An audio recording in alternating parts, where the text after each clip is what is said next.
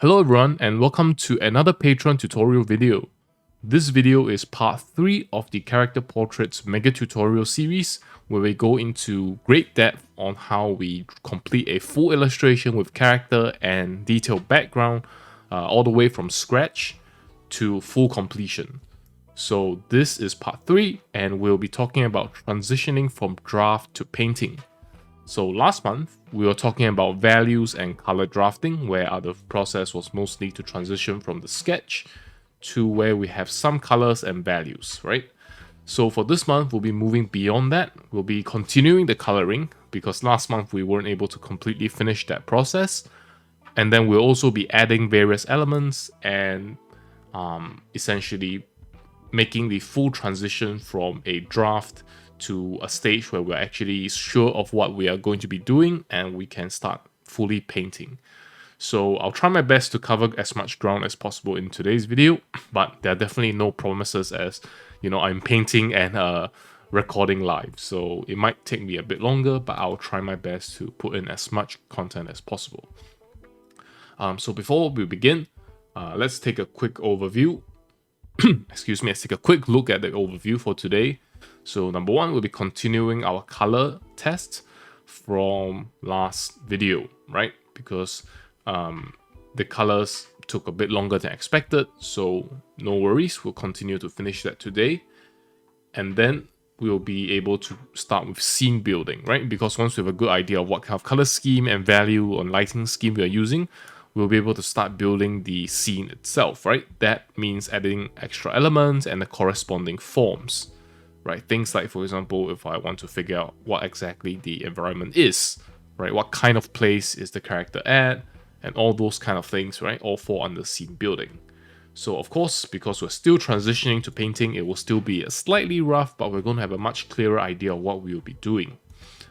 And of course, part 3 is character adjustments, because it's one of the things that continue to be very important during the first half of sort of the painting process, right? Because at this stage, our lines are still rough, our line work is really thick, and because of all of that, our character might kind of be slightly inaccurate, right? And as we paint out the lines and put in the actual forms, we'll have to continuously adjust the character. So last month's video has been building up to this point where we can now make the full transition. So let's take a look at the painting and where we left off. So this is where we left off last month.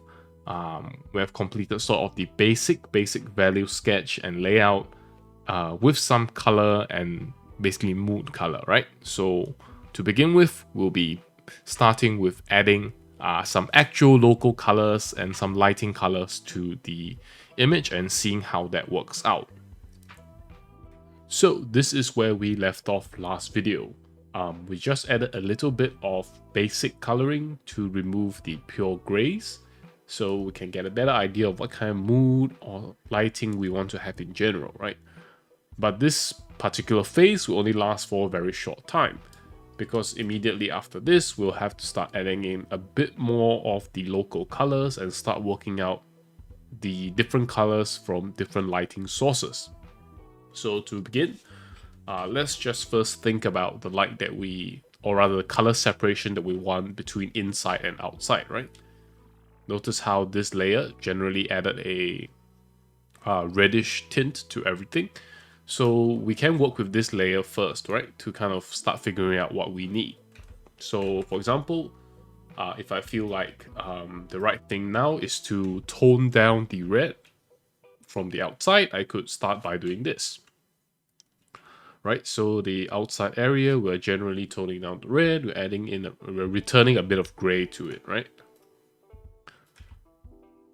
But we want the lower part of the sort of outside area to still kind of have that little warm tint. So we'll keep it there, while the inside, in this area here where the grayish or bluish light, right, relative to the red color, where that hits, we will add in this gray back, right?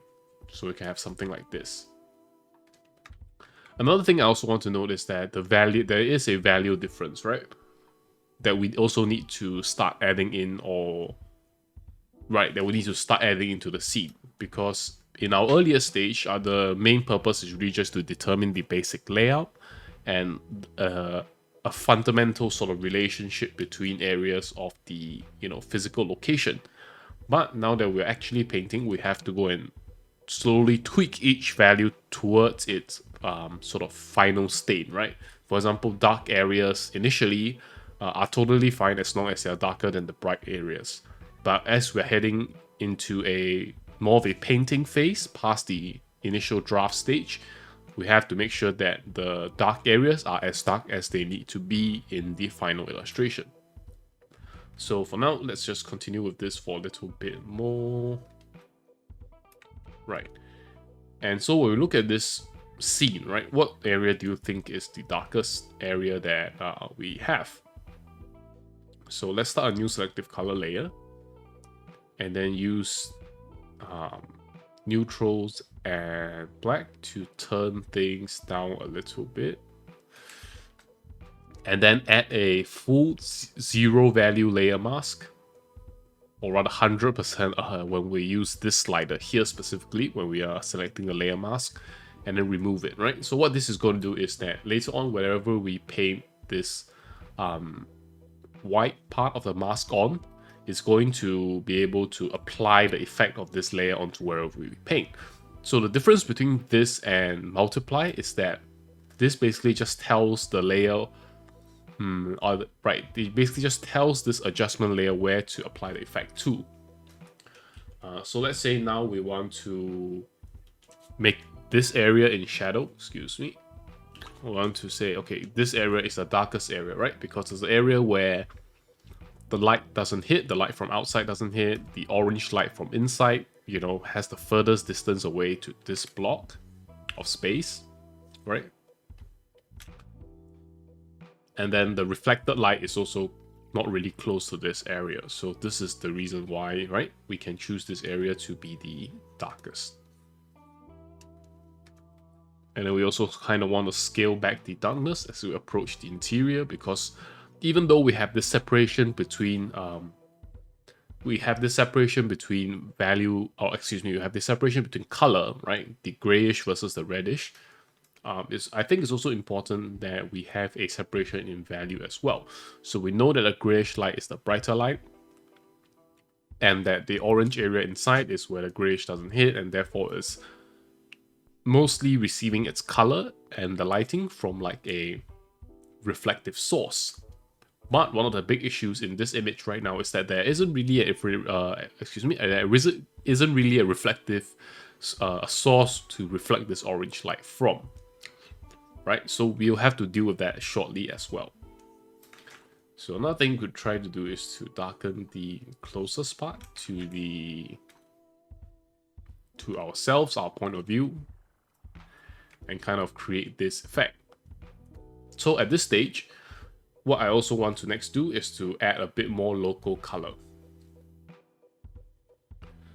So I use soft light, as I always like to do. And then we can add a bit of red to the character's body as skin tone.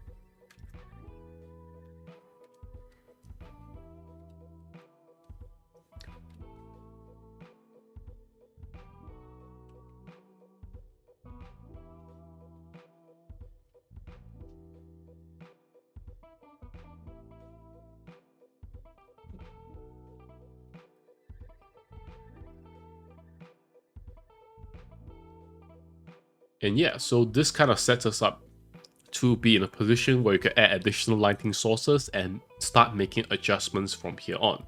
So this is also a stage where I might start considering the actual painting process versus what we are doing now, which is still making small adjustments and not exactly painting over anything, right? So this is where we start thinking about how we could, or rather what elements we want to start adding in. Right, for example, a secondary light source to contribute the orange color, right, and also to start flashing in, right, this giant hand in the background and start working on the lighting and shadow for it. So let's get to the painting right now.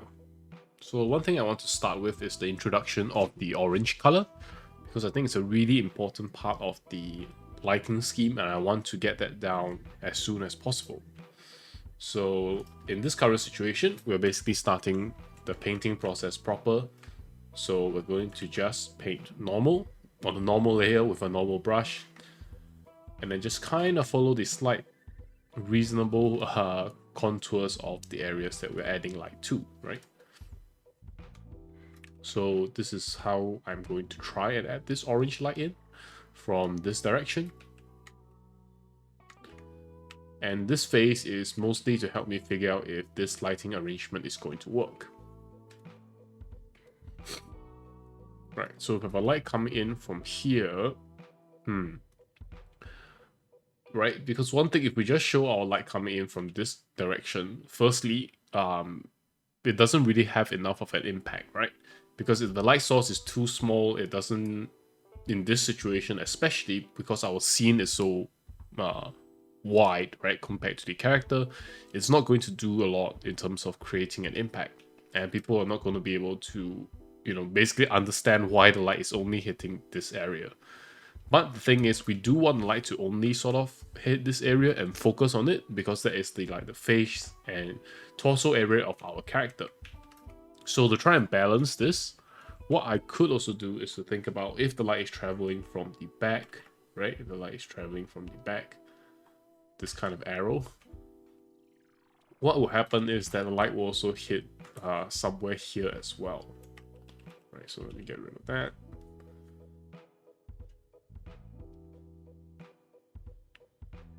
And then this could be where the light is hitting, right? And part of the, you can even introduce like a little bit of shadow here.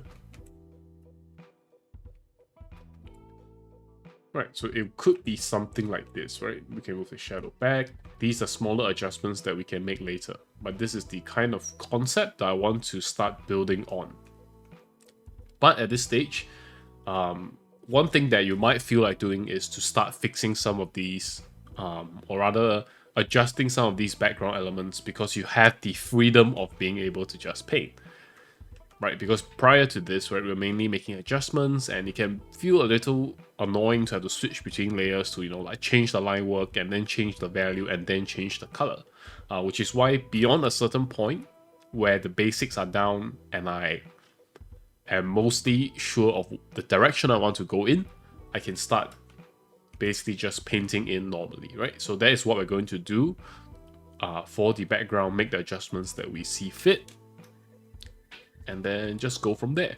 So as you can notice, I'm still painting on a new layer.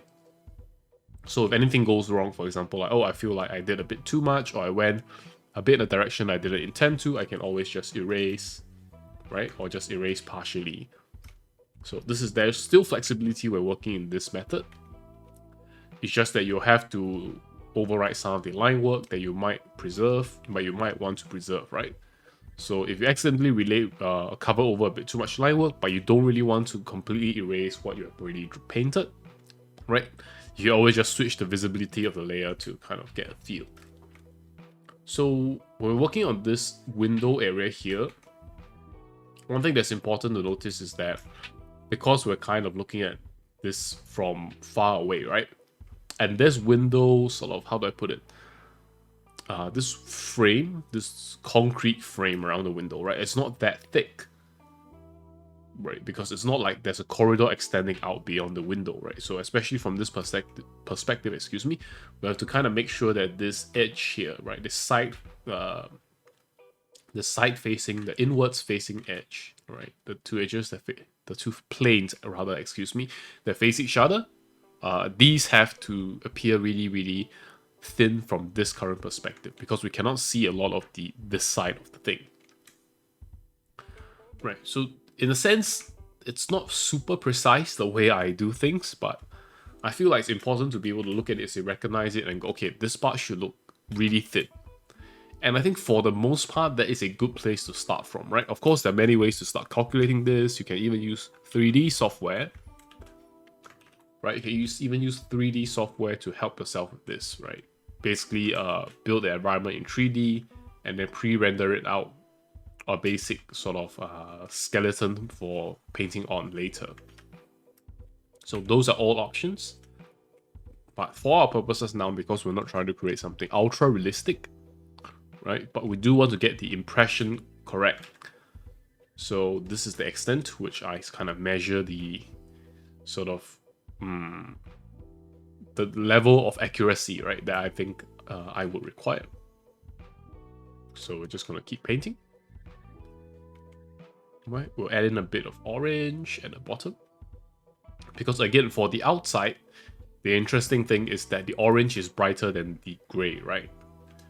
Because this outside wall is kind of vertical, it doesn't receive the light from the sky, right? Not as much as this area inside actually does. So this is why we can justify the inside being kind of bright, whereas the outside, the grays are kind of dark. Of course, we don't have to go make it fully dark, right? We can still have the top area here be a slightly brighter to kind of imply that, okay, there is still light coming down from above. We can add in some shadows, right? From the awnings and all the structures and forms going on the outside of this like giant vertical wall. So this is what I'm just doing right now, taking putting in some rather simple and casual strokes to kind of get this impression going. Right, and by here, right, this is kind of like a direct light source where like the bottom of the city is kind of warm and with the streets and all that, which is why we can justify this orange light source as well. The intensity of this orange and so on, we can absolutely adjust later, but this is also a time where you can start, or rather this is a time where you start working things in bit by bit, right? And previously I felt the wall was a bit too cramped towards here, so I can extend it a little bit more. Right, I can extend it a bit more this way.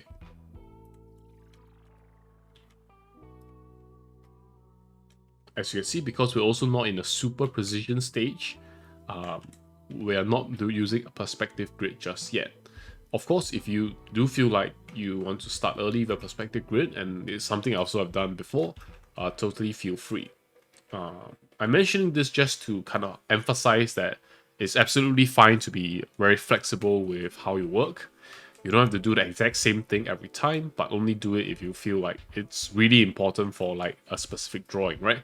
Because if I'm drawing a piece with a very complex sort of setting and there's a lot of forms going on and they need to be seen in a certain perspective, and the perspective is also kind of complex, like from an angle, and there are multiple sets of vanishing points relevant to the structures going on, then I will use the perspective tool immediately, right off the bat. I want to set it up, right? But right now I want to just focus on painting in the basic structure of this corridor / room.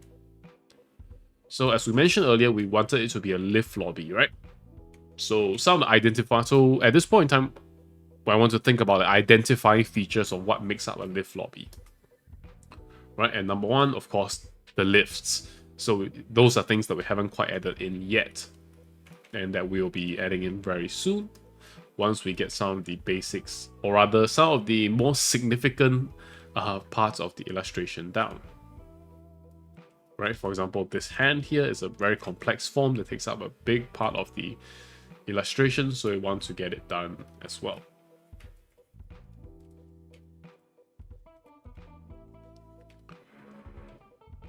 Right, so right now we're just adding in some simple shadows to kind of indicate the basic form of the monster hand. There's nothing too much going on. Yeah. And then we kind of want to figure out how kind of perspective we're looking at this side wall with and how high it is. So to measure this side wall, this is where the perspective grid is going to come in handy. So I've set one up, and let's align it with kind of our POVs, and then we can work with this, right? So if our point of view of the, say, our point of view is aligned with this sort of middle line. And so how do we find out the height of the character relative to this wall here, right? So what we can do is to measure it, for example, to the extreme, like this edge here, right? So if the character is standing exactly here, like her eye level would kind of be here. Her eye level will be here, and then the top of her head is also going to be a bit smaller. So the bottom of her body, so everything kind of scales down by half, right? So this is approximately how tall she is going to be, or rather appear to us if she's standing at like the end of this corridor. And then if we move this to the corner of the wall, we have this height, right? Where eye level is still here. This is the top of the head, and this is the bottom of the feet. So if we move it along this wall, we can continue using our perspective grid to, let's say, this point. Right, so this is kind of her height. And if we basically search up something simple like lady in elevator, or lady in lift lobby, woman in lift lobby, or man in lift lobby, or anything really just human sized in lift lobby, we can get a pretty good idea of how tall generally a lift is, right? I think these are kind of some things that we don't usually think about, even though we might use them daily. Like we can use lifts or elevators depending on what you call them. We use them every day, but we don't really pay attention to how big they are. We just know we can fit in pretty comfortably.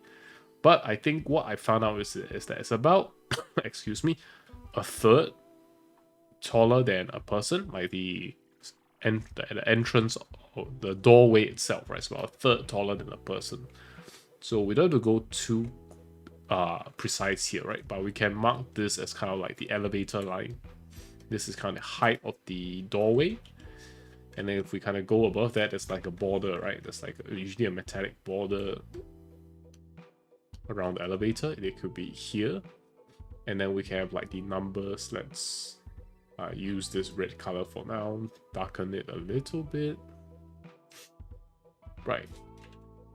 And so let's say the elevator number is going to be on the border when they add the display. And then let's say we have two sets of lifts. So yeah, this is basically how we can place it, or we can move it a bit higher later as well. But for now, let's just keep it this way. And then we can also measure the height of the button, which is, I think, somewhere around waist level, which would be somewhere around here, right? I would say somewhere around here. So let's say we have a button here, and then this button is obscured by the wall, which is fine. Right. So now we have our lifts, or elevators, again, as whatever you call them. And we can draw them in a bit more convincingly. And because we're looking at this character and this scene in general from kind of far away, especially this area of the lift, it's going to get foreshortened quite a bit, right? So the front-facing part of the lift, we're not going to see a lot of, but we're going to see the side-facing part, which is the part like this, entryways area. Right. Excuse me. Still a bit of a cough. Yeah, and then this is basically how one lift is going to work, and then we just flip it over and put it on the other side. Right, this is also how the other side is going to work as well. And this is how we try to work things to scale. So there are plenty of things definitely still to be adjusted in this image here, and I will continue adjusting them as we go along, and I'll comment to you if I know if there's something interesting. So again, we have the hand here that we need to kind of figure out, right? What I might do for the hand is to basically take a photo of my own hand or search for references, and then figure out what it looks like when it's kind of just laying flat, but not completely flat, right? There's a bit of like a fingers, excuse me, being curled up a little bit. But for now, let's just basically draw out some simple proportions and allow it to basically be there as a bit of a placeholder.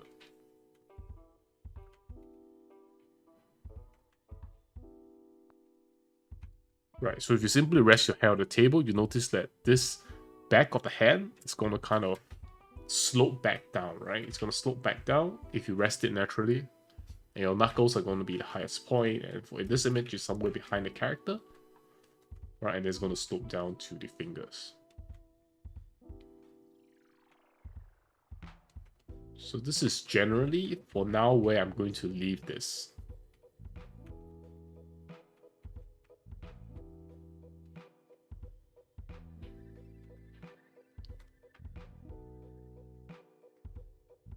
Right, and the next thing I noticed is that because of the kind of positioning of the framing of these, how do I put it?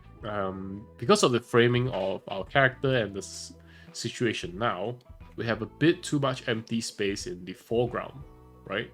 Because we have the hand here, we have the background here, but I feel like the foreground is a bit too empty. So what I normally would do at this point is to think about perhaps changing the sort of crop a bit. So basically what I'll try to do for now is to uncheck delete crop pixels. So we want to keep that here just in case we want to move things around, but we can shrink it down a little bit. Say to somewhere around here. Right, we want to eliminate a lot of the excess space below, but keep most of the space above. Something like this. Right, so we feel a bit closer to our character because she takes up a bigger portion of the screen.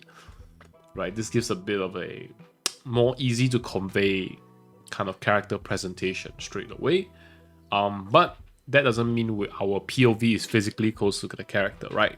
It's kind of like taking a photo of, say, an object from really far away with a long lens, such that it fills up your entire screen, or going straight up close to it and taking it with a wide lens shot with a shorter focal length. Excuse me if some of my terms in photography are a bit loose, but hopefully the general idea is clear, right? We are just having the character fill up a bigger portion of the screen real estate, because that's what we have limited amounts of. We want to make sure that we don't waste it on things that we are, or rather on areas that we don't really have much going on in. That's not to say that every composition needs to be super busy, but in this specific situation, I feel like we need, especially given this kind of like dark setting, right, where things are pretty dark. It's not as if there's a lot of things going on here. So, but our character is kind of the main star of the show. So, generally speaking, this is kind of my decision at this point to zoom in a bit closer. Right, so kind of let her take up a bit more of the composition.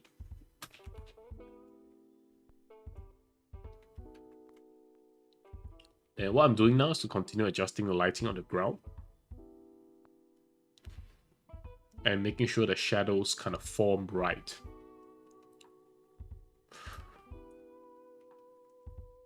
So one thing I noticed is that this part here of the thumb, if we hold out our hand, let's say our left hand, and look at it, you'll notice that the shape of the hand kind of starts narrowing past the second joint of the thumb, right? It starts narrowing towards the wrist. So because this is the angle that we're drawing, it may be a bit hard to see at first, but if we pay a bit of closer attention, we'll realize that we should also try and reflect that as well, right? So the wrist is somewhere here. So what I'm going to do is to, try and find this particular shape and form, and then make sure that whatever in the drawing reflects what it is sort of like in real life, right? Because despite the fact that this is a monster hand and this is a fictional setting, we want it to be able to connect to reality at least in some way. So people can look at it and go, okay, oh, so this is a, like a monster hand. This is like a hand in the first place, right? Because if we completely don't show any cues at all, or don't reveal anything at all, right? Like, this would just be confusion. People would just think there's a lump of something there, and then the extra associated meaning with all that, kind of gets missed out. So because we don't want that, right, we want to kind of make sure that if it's a monster version or a fictional version of something that exists in the real world, we want to make sure that at least to some extent, they resemble it at least a little bit, right? So at this stage of the drawing, I'm usually quite loose and rough, so I'm not super particular about exactly what sequence I go in. Generally, my goal is to just make sure that things as a whole start coming together gradually, right? So, for example, excuse me, I could get a hand to be a little bit longer.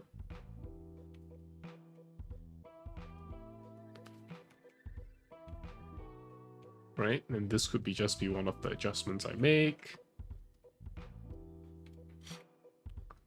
One thing also to note that we're still working on low resolution.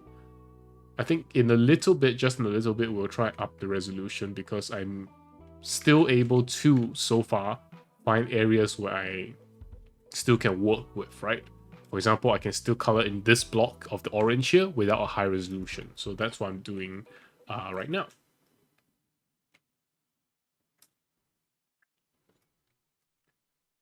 So I think, right, this looks, this makes a bit more sense, right? If we have an orange light that kind of spills in from here as well. But because the light itself, right, how do I put it? Let's say when you're in a dark room and you look at someone holding a torchlight or flashlight coming in. If you're standing in the path of the beam, right, it looks really, really bright. That's kind of what you see if you're standing here, right? If your POV, if your face is here, a smiley face is here, you see a really bright orange light from here. But if you're like, let's say in a room and the person with the flashlight isn't directly pointing at you, but sort of in your direction, right? You're still going to get a little bit of light. So that's kind of where we are here, right? Like, let's say you're lying on the floor and then there's like a person with an orange torchlight in here. It's going to be, you're going to be able to see a little bit of the orange. So this is why, you know, it's also appropriate to add a little bit of orange lighting here as well on the floor where the light isn't directly hitting, but it's also exposed to reflections of it, right? So like a weak version of it. We could also try and figure out if the thumb should get also a bit of light. Perhaps that could be a good idea. And if the thumb, right, does the back of the thumb, I'm not sure how to say exactly, but this part of the thumb, would it get a bit of light? Maybe, but if the light is coming from behind, right, I don't think the hand will really get too much of the light. So another way you could think of this is, even if it does receive light, it'll be weaker than this, right, which is in turn weaker than this. So this is the kind of relationship that we want to maintain as we do our lighting. So I know that I did mention that these are the three things that we're mainly focusing on, but while they are still the core things at this stage, right, this process can be a bit more organic as well. So again, right, apologies if it's not like an exact sort of tutorial to tell you exactly what to do A, B, and C, but I think it's an important, how do I put it? I think it's important that I show the natural way that I currently paint. So I think, yeah, so in that way I can best show you how I like to work things out. Okay, so far the whole image is looking okay. It's just that one thing is that I want a bit more blue. Right, I want a bit less of that yellowish tinge in the background. So I add this small layer here. Right, a small adjustment so that we get rid of a little bit of that excessive red tinge in the background. And then for this part, we can actually get rid of a lot of the red tinge as well. So the thing is here is that the floor here, for example, would not receive a lot of orange light from this light source because, you know, if it's not a strong beam headed in, let's say, a specific direction, light actually falls off really quickly. So, right, this area here will likely receive more light from the outside world. I guess you could say that. You'll receive more light from the outside world than from here, for example. So, same thing with the character here, right? Let's say if we measure our character using, as with before, the guide, we can also figure out how high the roof should be, or excuse me, the ceiling should be. So this is about double, slightly less than double the height of our character. So there's no need to make changes to the height of the roof. I think initially we got it decently right.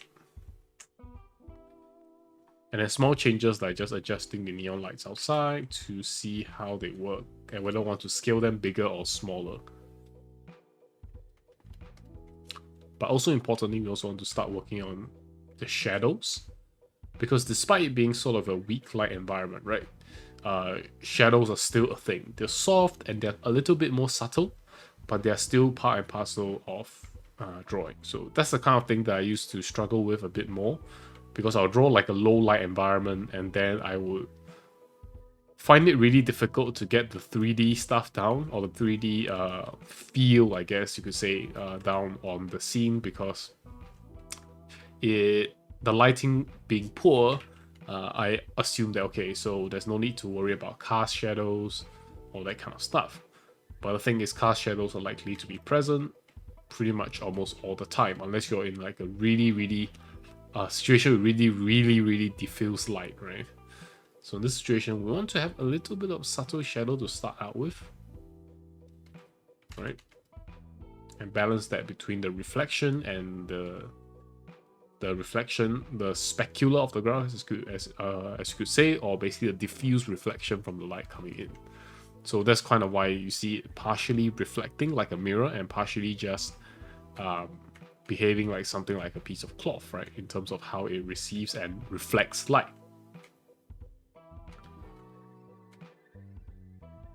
So this is how we are setting up our scene, and yeah.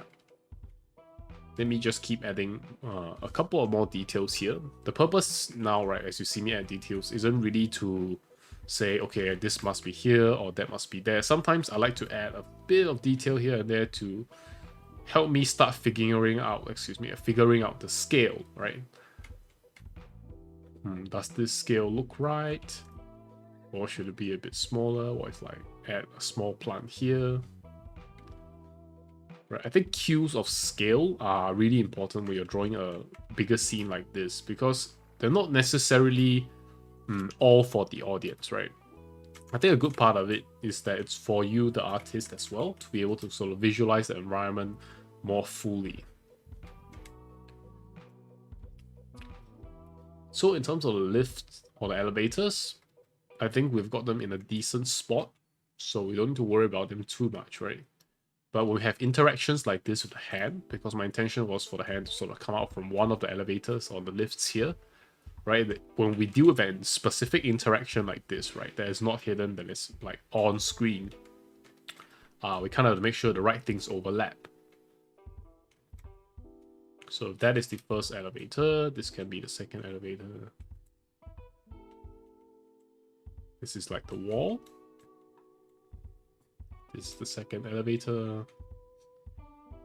And yeah, so we can have this setup, this overlap setup, to show that the hand is coming out sort of implied from this area, right? So there's definitely a bit of refinement yet to be done, but for example, we can add a bit of shadows to indicate that it's touching this surface here, right? Occlusion shadows and a bit of cast shadows. So this is definitely still a bit of a mystery as to how exactly I want to do this area. But for now, right, we want to get it to a rough shape, or rather get it in rough shape at least.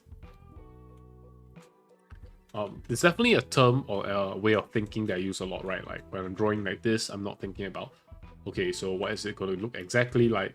What is it going to look exactly like when it's done, or whatever, right? I'm just seeing, okay, so there's some very obvious things that I want to change, so let's change those first and then see how things work out.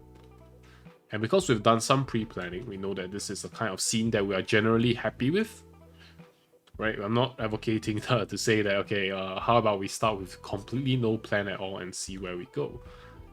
Of course, right, in the end, I always like to say it's up to preference, but for me, I like to have a little bit of a plan, and then when I'm sure for about 80% of it, I can go in and freestyle a bit more, and I don't have to do a very strict planning or have to figure my way around a lot of layers and clicking around, right? Because if I have to click around for every single thing, it's going to take a long time to get anything painted.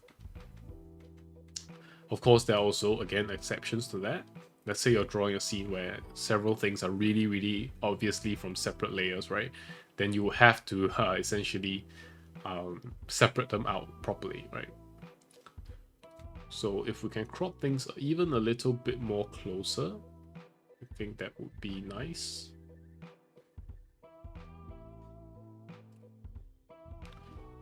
Right, so again, this stage is a lot of me really just doing internal thinking. Apologies if the commentary sometimes sounds a bit distracted, or I accidentally drop a topic and go on a tangent about another slightly different thing. So it's definitely something I'm still, excuse me, working out on or working on. So yeah, as much as possible, I'll try to be very focused when talking about one thing or the other. So right now, I noticed that the yellow light is really, really bright. I'm not sure that's quite what I want, right? So I want to tune it down a little bit.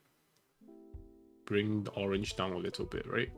So this is what this does. Okay, and when I'm done with this, right, normally I just like to drop another layer and then continue painting.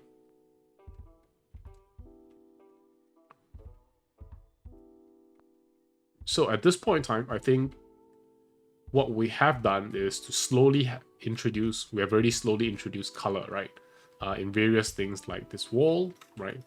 These yellow stuff here is actually, for example, some yellow advertising sheets that are pasted on the wall, right? That we could use, we could make use of to increase the kind of color and value range in this area to make it a bit more dynamic in terms of the visuals, right? Because, and of course, right, this is also kind of narratively part of the scene as well, right? It's a messy place. It's not exactly super clean, so it's natural that, you know, it's not like a pristine like office tower where everything in the lift lobby is super nice.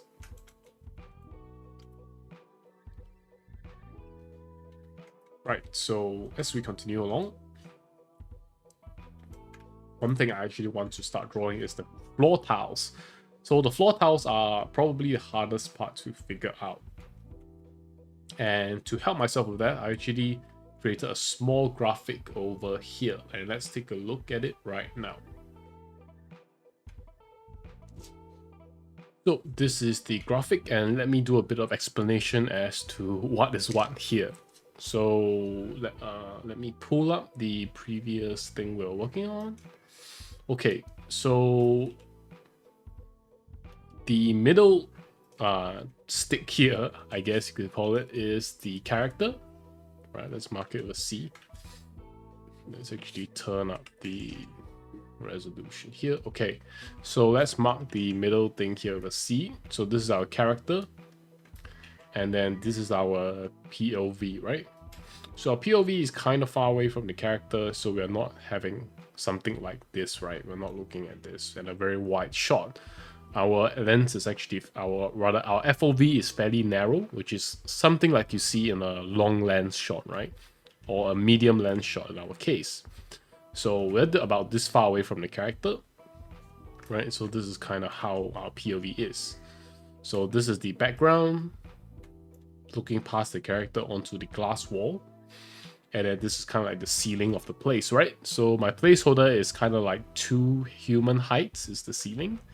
But this one is not why I'm mainly here for, right? One of the important things that I want to figure out with this diagram is how exactly do we draw the floor, right? As I was just talking about.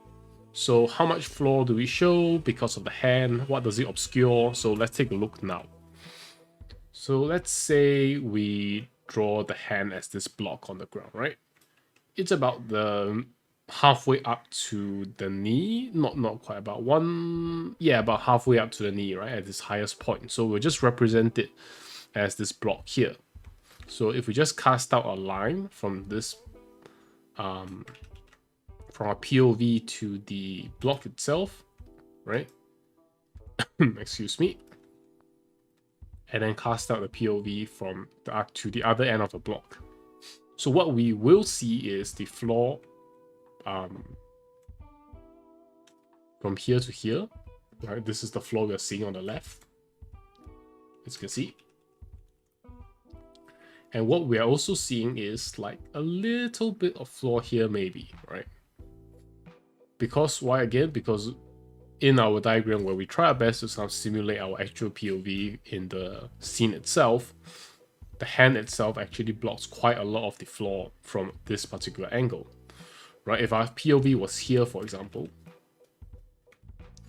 in that case, if we cast the line out, let's use a different color.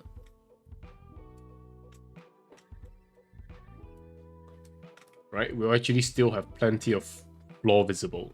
So this is how we can use a diagram like this to figure out what should be visible or what should not be visible from a certain angle. But that's not all. What this diagram can also help us with is figuring out how much of the top of the hand we see and how much of the side of the hand we see. So this one is definitely a bit more complicated because of course the hand, right, the monster hand is like a big part of the scene and the perspective actually varies from here to here. But I think this could be a good rough guide. So if we extend a blue line, I'm just using Shift and clicking basically, and take this measurement, right? It's a bit rough, but we'll take this measurement of this side-facing view of the head, right? Which is basically this part. Right, the side-facing view of the hand, which is this, and then we change color to green, for example. And then we take a top-facing view of the hand. Again, this is very rough, right? Because I have already a decent idea what might happen this in the preview. Before I even drew this, I had a good idea. So this part is apologies, but it's a bit rough. But the idea here is that if we take the green, right, which is the top area of the hand that we see, and then we compare it to the blue area, and then we extend both lines back to the POV, right? It's a bit rough here, but if I zoom in, quote unquote, POV, and then we take the blue line. Let's say the blue line comes in like this, and then the green line comes in like this, right? So to kind of figure out how much each object takes up our FOV or our field of view, right? Like how much is green versus blue, excuse me, how much is green versus blue, we can simply look at angles here, right? This angle versus this angle. So from what I've done here, I realized that they're actually quite close. As long as we don't show one to be outright favoring the other, this hand here will generally look right from this particular POV. So the point of me going to this length to figure this out is that for big objects and when we're drawing a scene in tight perspective like this, it's really important to try at least to figure out how things are arranged and what things should be or should not be visible, right? For example, what I've said before about this part of the floor being very small slice of the floor being visible, that is more important, right? Because this part is binary. It's either you see it or you don't, right? So if we make a mistake there, it's going to be more obvious compared to the measuring of how much do we see the side or the top.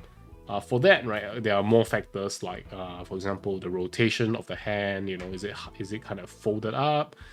Are the fingers like tensed? A lot of factors go into that. So there's a bit more leeway measuring the difference between these two angles versus showing whether, you know, something can be seen or cannot be seen.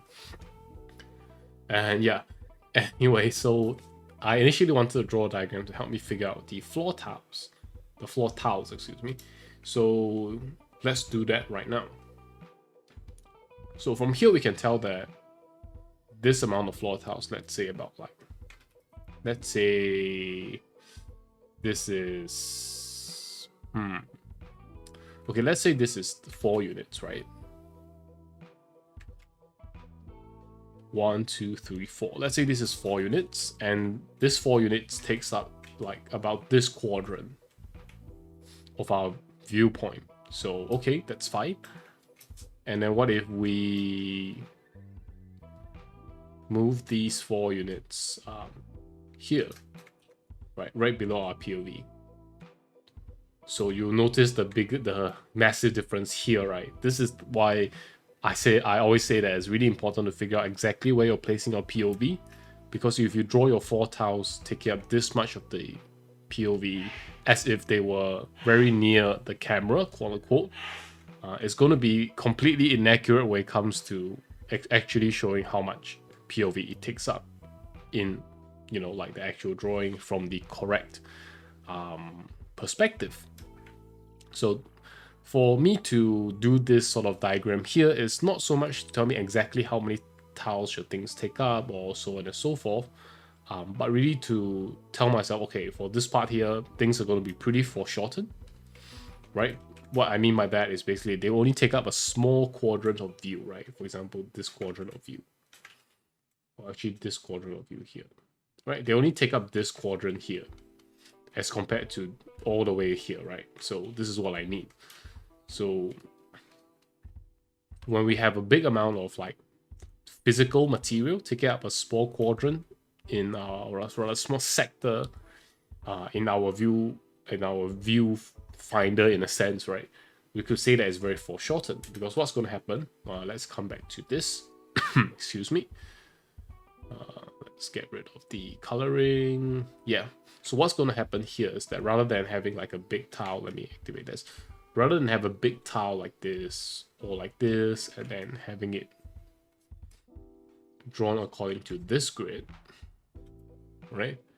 Rather than having this, which initially, you know, out of context looks fine, but then you realize that, oh, wait a second, it doesn't quite seem to fit the rest of the drawing, right? Because our character isn't drawn in the same perspective. Our character is drawn as if the POV was this distance away, right? So what usually I try to do is to kind of figure out the sort of the direction in which the perspective lines are available first, in a sense, to kind of get them to line up, and then figure out how big the tiles are, right, on the floor with respect to the character. So let's say we want a tile that's about her shoulder width apart. So let's just draw that in first, settle the width of the tile, and then when it comes to foreshortening, all we have to do is for now, right, roughly, and depending on the need of the drawing, you know, this might just be enough. So we could try doing something like this, right? And the implication behind a tile that looks like this, right? You notice that it's clearly squished, it's not like square, is that these tiles usually don't exist in real life. Most of the time, the tiles we see are square, or, you know, in a diamond formation. Rarely do we actually see rectangular tiles of this size. But of course, right, that's not like a complete solution. For example, we can add something else like a piece of paper that's fallen on the floor, right? A4 size paper is obviously not square. The fact that it's square means that it's foreshortened. So these are just some methods I use to try and help show, right, or present the area kind of correctly. Right, so this is the kind of presentation that I'm thinking works better. But of course, right, there's a lot more to go, so let's see what we're going to do next. So at this stage, what we have covered for this tutorial is a lot of color testing and slowly figure out the colors bit by bit. So there's, of course, right, this is a continuous process. Scene building, we've done quite a bit of scene building, right? We've added in the elevators, we've kind of figure out what the background should be. We figure out the foreground, how the lighting should come in. So this is good progress. And then lastly, I also wanted to cover some character adjustments. So notice that we've developed the rest of the scene quite a bit without developing the character. So that's going to make the character look a bit like she's lagging behind the progression of the rest. And the issue with that is that we can't quite visualize the piece accurately, right? Let's say if our character's perspective is, or rather the way we draw our character is slightly off in perspective, it's going to make our perception of a piece as a whole kind of confused, right? Let's say we draw our character in the wrong POV here, right? If we continue with that, right, everything else will look wrong in relation to the character. And then if we want to change everything else to fit the character, we'll do that. But then if we come back to correct the character later to what we actually want or what we planned, and then everything will look wrong again, right? Because it's corrected to a different POV. So I think this part is, again, really important on how to get this thing right. So now let's see how we can start working on the character. So one of the things I like to do is to basically do things, take things a bit easy without having to be like, okay, let me just find back the layers or carefully paint stuff. When working characters, I like to flip the canvas a lot because with things like hard perspective, right? I will say it's a little bit easier to do things kind of mathematically, right? Just follow the perspective grid, use diagrams like the ones I've just shown to help you figure out the foreshortening and all the stuff like that. But when it comes to characters, things are a bit more dynamic, and you have to often kind of get a fresh eye on it yourself, right? To see, oh, is there something unnatural looking about this pose? What I could change about this pose? What could be better about this pose? And all the stuff like that, right? So at this point in time, what I would do is to save this file. And then I will combine a few old layers to get rid of them. So we've saved the file. So let's combine all the layers. So this is going to be a bit wild and wacky, right? But what we're going to do is now to save it as a different file.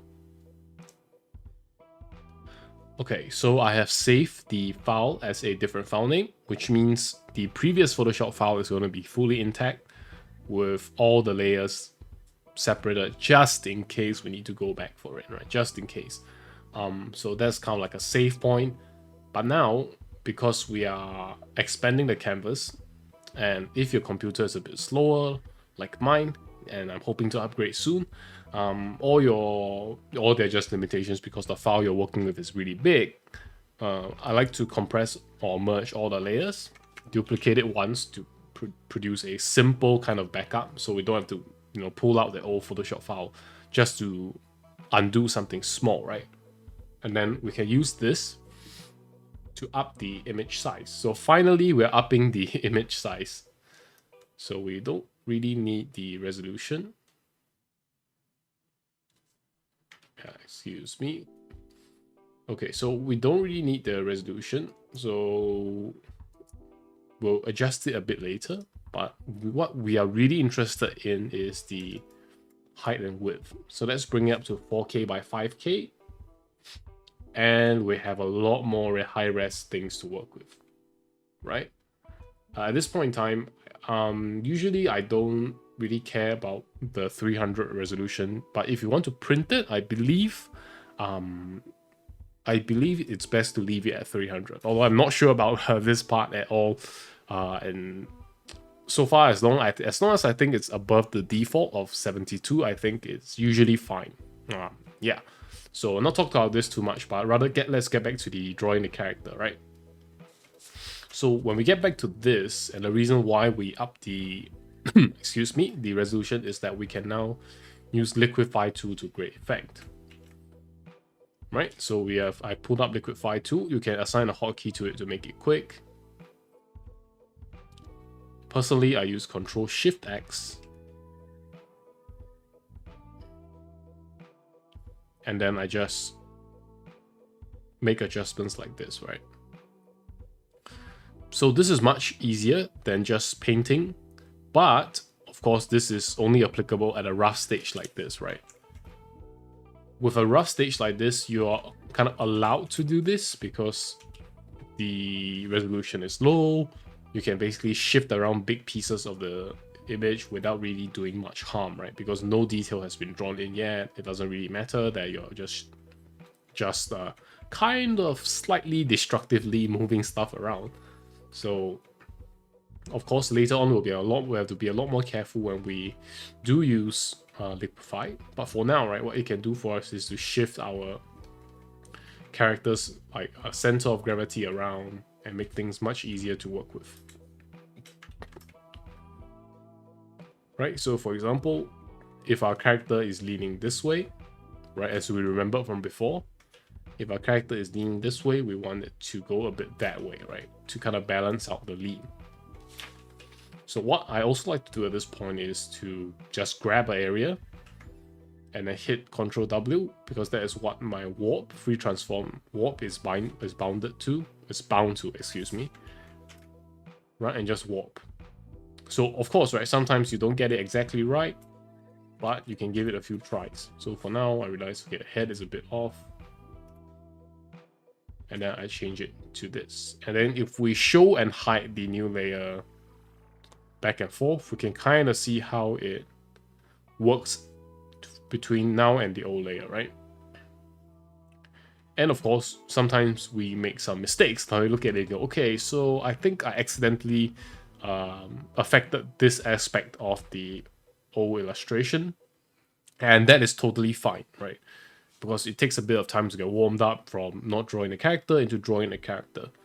So the idea here is that you want to keep the old reference layer available for you to look back and say, okay, so did I lose a particular part of the gesture that I wanted, or did I not? So some of it is a bit iterative, because not always does the actual photo reference or real life reference give you the exact answer that you want.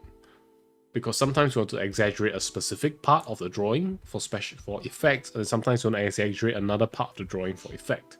So I think while the reference, right, has brought us very far, at this point we have to make some choices, you know, without the ability to directly have the reference tell us, okay, have shoulder be here, have leg be here, right? Of course, right, if I, for example, need to consult on, say, for if I move my character, I let her lean this way this much, is it okay? Or is it too ridiculous, right? Because that is how reference can still help us even in this later stage. But generally, the things I'm looking out for aren't like, okay, is this exactly correct? Is this like a pixel off?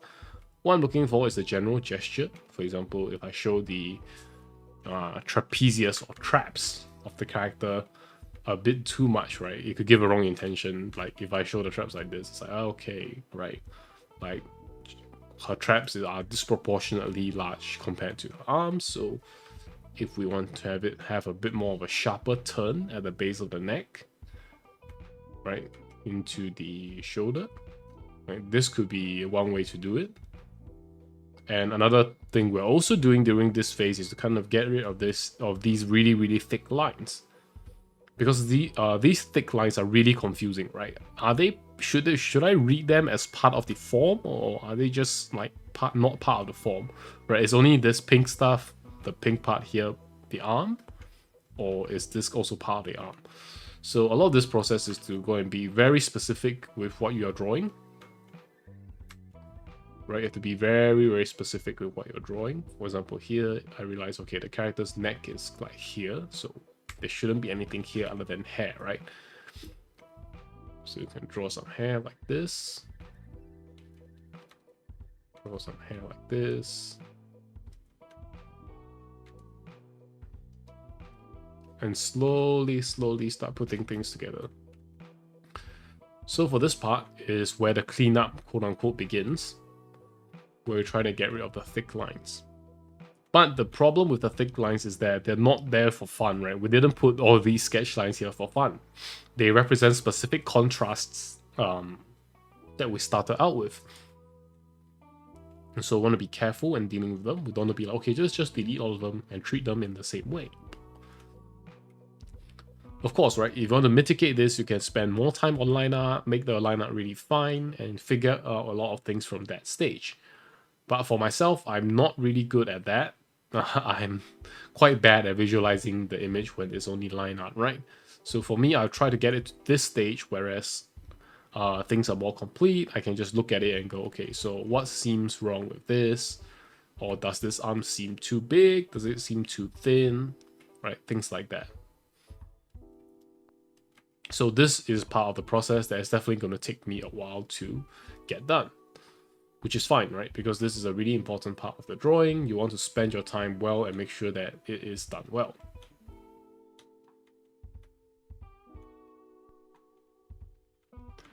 And as always, excuse me, we look out for things like the balance of the shoulders versus the hips versus the kind of point of weight, right? A center of gravity, excuse me. The center of gravity of the character, does it line up with the way they place their feet?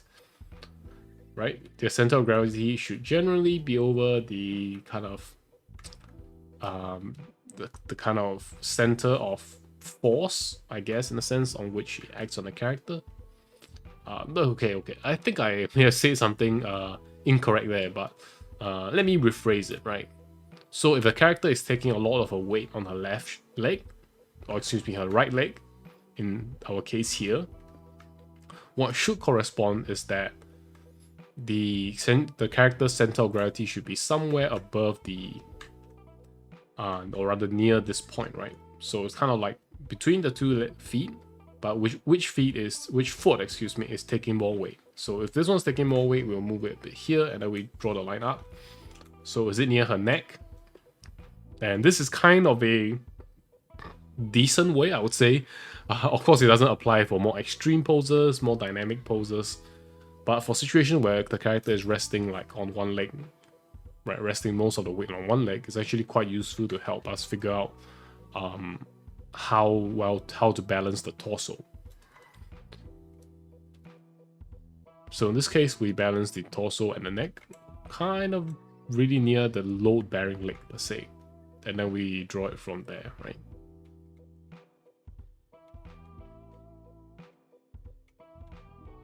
And then we do the same, or excuse me, we continue to add lighting. You remember the rough lighting that we added earlier? Now that we have a bit more resolution to work with, we can continue working on that.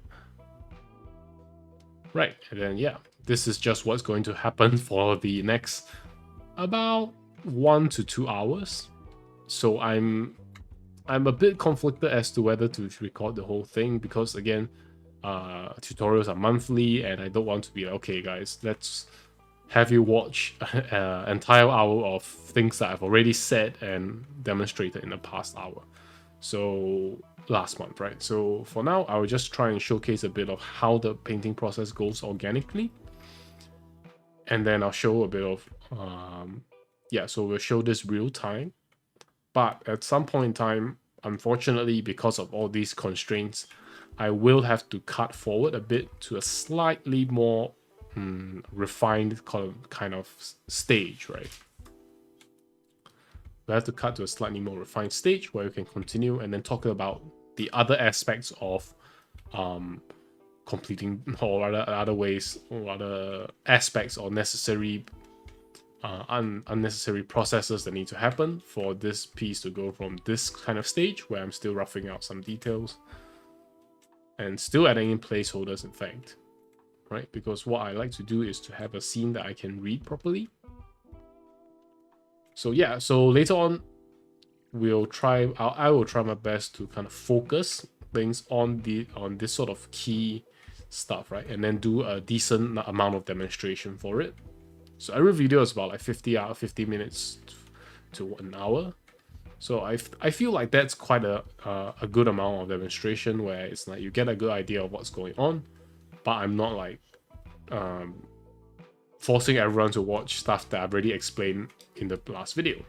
So as much as possible, I'll try to explain something new in every video, and then demo it for like 50 minutes to an hour.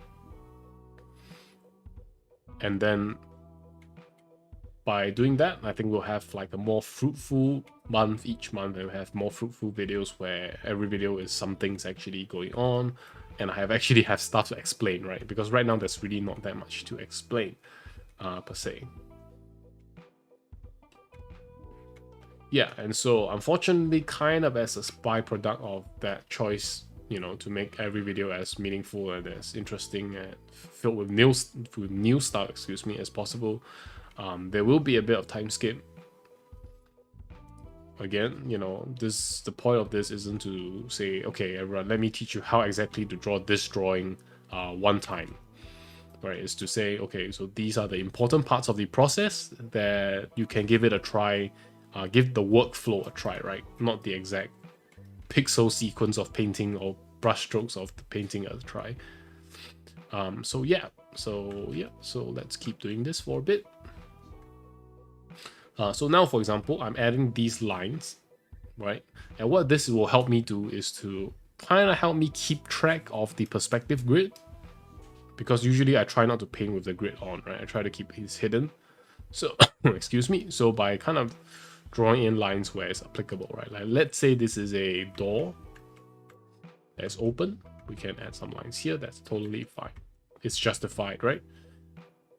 It's not like we're drawing the perspective lines on the character where it wouldn't make sense for someone to have random lines running across their body. But here, because we're saying, okay, these are two doors, they have lines running parallel, this is a corridor and they have lines running parallel, right? Then it's fine.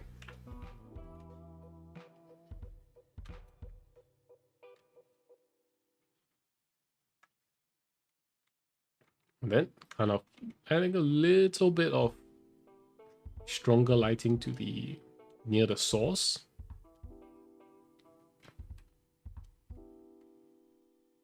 And then adding a bit more shadows to areas where I don't think the outside sky light can kind of not really reach. Same with the character's feet, right? Because the leg area kind of directly faces the direction of this thing. Let me add in a small shadow here for her character.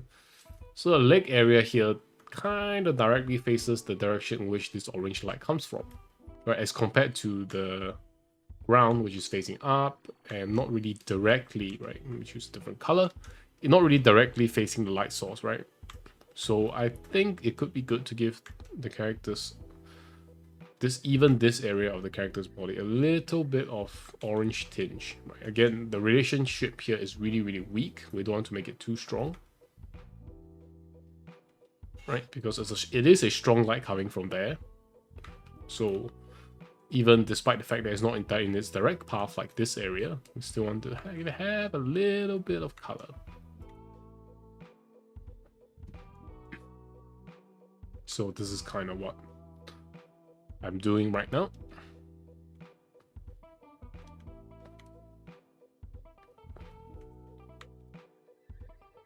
And noticing that, for example, this area here is a bit too red. So if we tone down the saturation and simply paint over it to create this sort of bluish kind of look, because the main light that this area here is receiving is from outside, right? It's the same shade as this area. So I want to try and get the tones to match. And it doesn't matter if I'm painting this a bit crudely for now, right? The idea is that it's really important to get the colors themselves in the correct relationship, and then it's very easy, or rather it's much easier later on to kind of work out the specifics when, you know, the character is mostly done, when everything is mostly done, right? You'll definitely be in a better mood to work on small details, right? Because chances are, if you're at an earlier stage, you know, a lot of your attention and worry goes towards thinking like, okay, so can I complete this drawing to like a satisfactory level, or is it not good, you know? Yeah, so those are definitely concerns I have right now, right? I know that I kind of want to complete this composition, but I'm not sure exactly how good it's going to be. So I want to settle those concerns first before moving on to stuff like small details.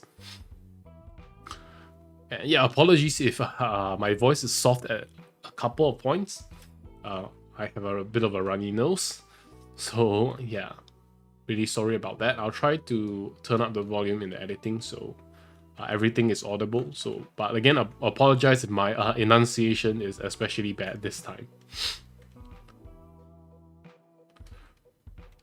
Right, but I think this is getting very close to what I think is our objective for this session or this part of the tutorial, right? Where we have transitioned quite a bit from the initial this to this, right? We've transitioned quite a bit. We've added a lot of things. We've built up a good skeleton for our work. And so what I would do next, right? For example, is priority number one would be to continue working on the character. And if I don't see any glaring mistakes, right, at some point in time, at that point in time, what I would do is to switch over and start working on the background.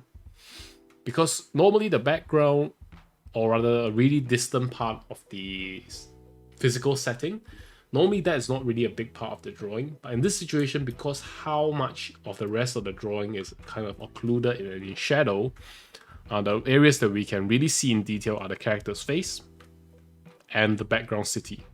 So next, I'll definitely be spending quite a bit of time working on this cityscape, as well as making small changes to the surroundings as well, making small edits, like adding in small details, thinking about how strong the lighting here should be. Should they get a bit more light outside, right? So this is basically what I've been doing for the past about an hour or slightly less for this session, right? So yeah, let's see what else can we do before we wrap up. So hopping back on the overview, we have done or rather we've continued our colors tests. In fact, I would say that we have gone quite a bit beyond the testing phase. So I'm glad that the progress was good in this department. I've just put a big tick there. Excuse me. Yeah. So we've done this. Have we built the scene? I think we have definitely built the scene up quite a bit, right? From basically nothing at the very beginning, right? From basically this, completely no color. The scene is not really readable, but it is a good sketch, right? We have built it from there to here. So I'll say I think mostly it has been a pretty good, we have done a pretty good job. And yeah, so scene building, I think we can check that off as well. Of course, there's more to do, definitely a lot more to do in terms of adding smaller details, like I was just mentioning on how the background needs a lot more work because it will be something that's clearly visible and is really next to our point of focus, so it needs to be high quality. And then we also made a lot of character adjustments, as I've just shown as well. The character went from a flat sketch to something that starts actually resembling a fully drawn character, right? And we've also checked our proportions, things like how the character is sized according to our diagram, right? As well as according to other things in the scene, like the lift, like the height of the ceiling. All these things are part of what we have been looking at. So yeah, I feel like we could definitely do a bit more, but I don't want to keep stretching this thing on and then make it potentially confusing for people who are like, okay, so we've done these three, you know, why are we continuing? Yeah. So what I want to do now is basically just leave the drawing here at this point, and then we will continue with it in the next video. So I think these three are already really big parts that will take some time to digest, and hopefully you will find this process helpful, because again, all these three things were done live. We transitioned to here, from here, right, all on screen, all live. And so hopefully this will be some food for thought, and will be a little bit helpful for those who feel like watching the whole video and listening to me ramble on about my method. Yeah, so either way, thank you again really a lot for watching, and thank you so much for your support on Patreon. I know this has been a busy time, I think, around the uploading of this video, so really appreciate your understanding, and I hope to see you next month and in the next video.